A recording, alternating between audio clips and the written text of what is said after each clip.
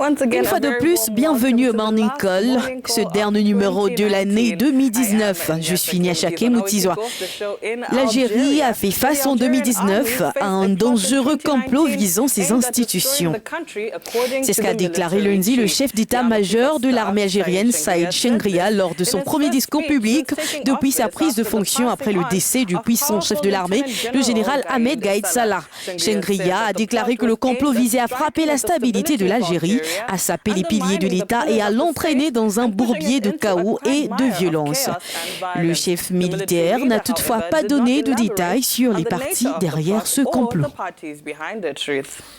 Eh bien, Niachake, ce complot était censé, selon le général, entraîner le pays dans le bourbier du chaos et de la violence. Analysons cette sortie du général Saïd Chengria avec notre correspondant Tariq Afi. Tariq, bonjour. Dans son discours, le chef d'état-major dénonce un complot déjoué par l'armée algérienne. De quoi parle-t-il exactement?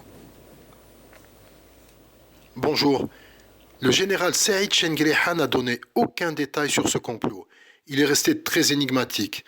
Mais si l'on se réfère à son prédécesseur, le général Ahmed Gaïd Salah, décédé subitement la semaine dernière, le terme complot fait généralement référence à la rencontre qui avait réuni, le 27 mars, Saïd Bouteflika, le frère du président démissionnaire, à l'ancien patron des services de renseignement algériens, le général Toufik.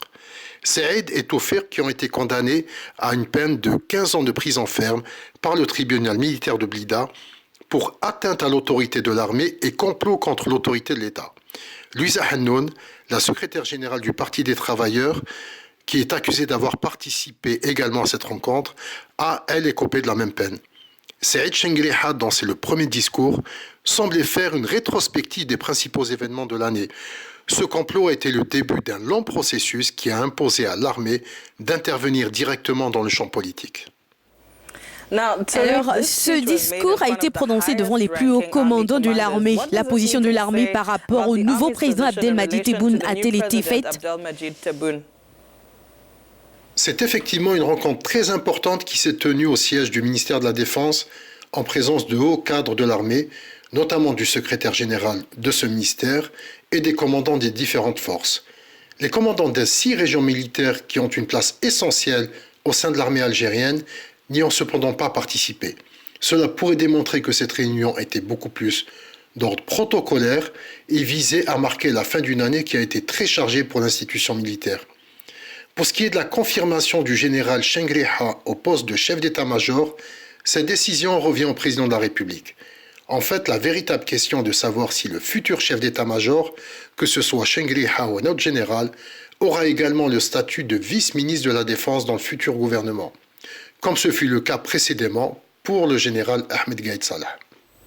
Eh bien, Tariq, depuis la mort de ce général Ahmed Gaïd Salah, dites-nous comment l'armée réagit au mouvement de contestation qui, je le rappelle, ne faiblit pas. L'armée n'a eu aucune réaction apparente. En fait, ces derniers mois, l'armée réagissait officiellement à travers les discours du général Ahmed Gaïd Salah. C'est lui qui donnait chaque semaine les grandes orientations, qui influençait directement le chef d'État par intérim, Abdelkader Ben Salah, et qui annonçait les mesures contre le mouvement citoyen.